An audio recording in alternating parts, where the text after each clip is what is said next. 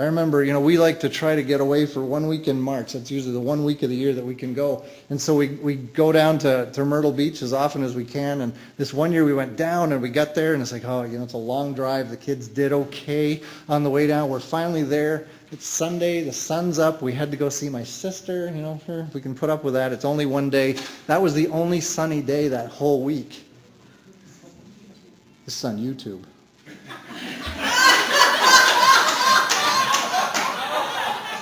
It won't be for a while, right?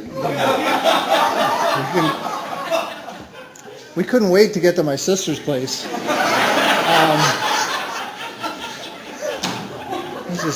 Your editing skills are going to be great. All right. Can you edit that? I'm going to be in big trouble. Thanks for reminding me of that. I got to hack out all kinds of stuff here now. What on earth was I even saying? No, yeah, we got down there and had a great time with my sister and the family. But unfortunately, that was the only nice day of the week. There, is that better? I should have said it that way in the first place. Never mind, I won't even clarify. It's a waste of time. But we were unbelievably, as you can imagine, disappointed, right? You drive that far, you're looking forward to a break from the weather up here, and you get there and it's just cold and rainy. And we were so disappointed. Each morning you get up and the forecast, that's all, and your mood gets worse and worse and worse, right? And you start, God, you control the weather. Could you maybe do something about what's happening here?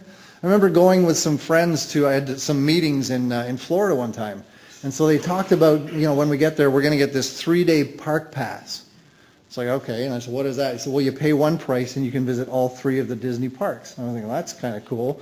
So actually, I was looking much more forward to the parks than the meetings. So it was like, get the meetings over with and let's hit the parks. And so we go to the parks and we had, ready. We had the money set aside. We get there and they said, we'd like to buy the 3-park pass. And I was thinking, what?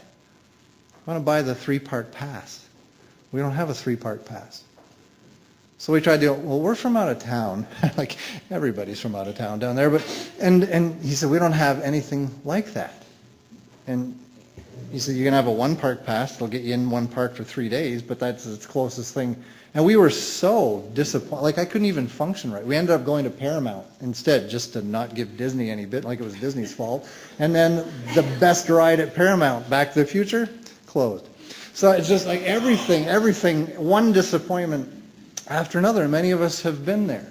First job I worked at, I was looking forward to actually working in a church. And I got there and I said, 2 years, I'm going to spend at least 2 years here. Because at the time, 18 months was the average for youth ministers. And I said, I'm going to be here 2 years. And it's probably a good thing I committed to that, because about 6 months into that thing, I was ready to go.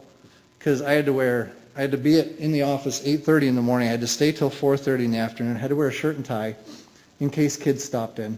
And then I could run home and then be back at night to do evening stuff minus the tie. And I remember sitting there for hours on end going, there's no kids running in here. They're out doing stuff. This is not what I expected at all. And I grew very discouraged. And I guess I wasn't the only one growing discouraged, because just under that 2-year window, the senior pastor called me in his office and he said, I just needed to tell you that, you came here with kind of high expectations. You've turned out to be a big disappointment.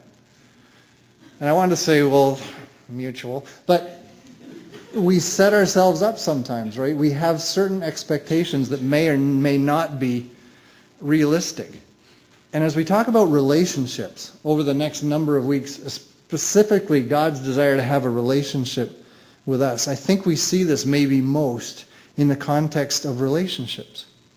Because this is an area where we set ourselves up for disappointment, because unexpressed or unrealistic expectations set us up for huge disappointments as we step into relationships.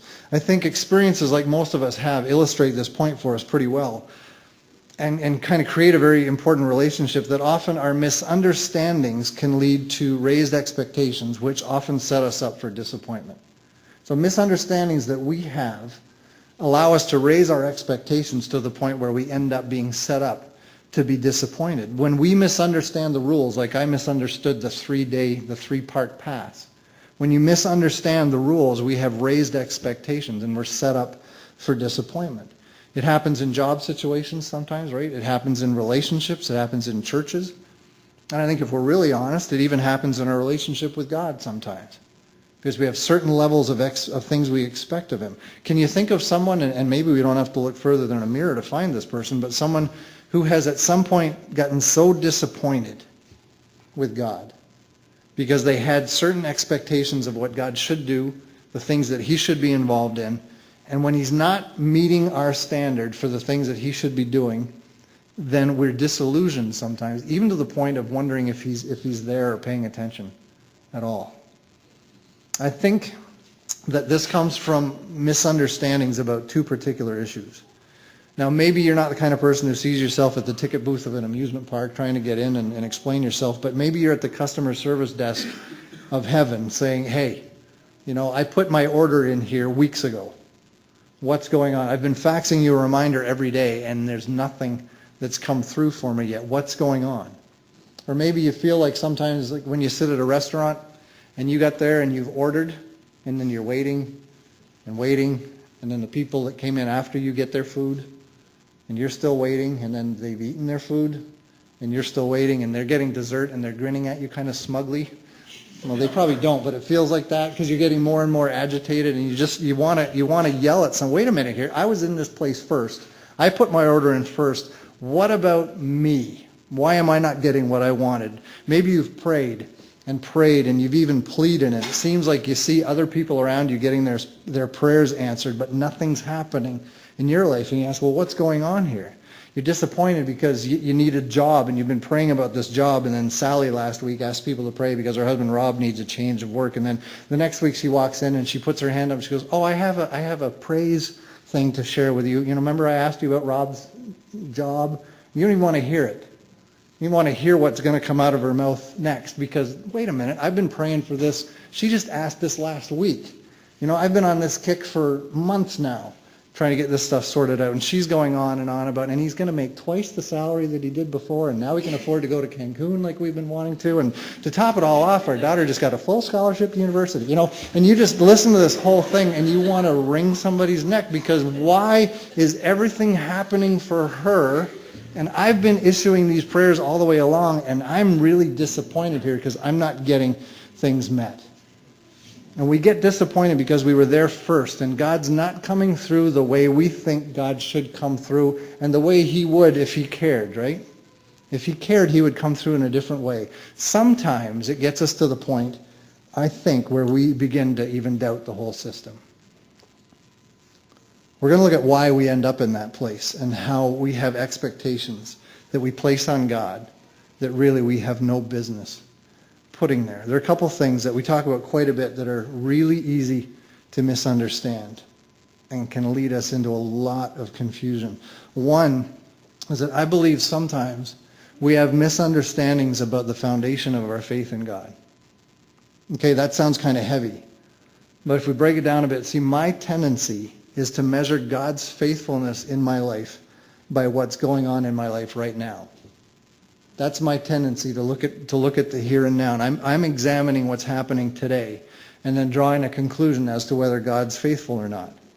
So when everything's going great, when everybody's happy, when work's great, sports are going great at school, whatever it might be, everything's going well, everybody's happy, people are healthy, everybody's in a good mood, then, my car's not catching fire.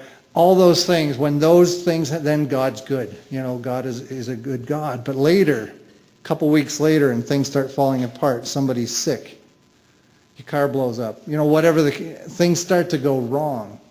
And you find yourself wondering, well, where did God go? Why isn't he here doing something? Why isn't he stepping in and interview? I thought he loved me.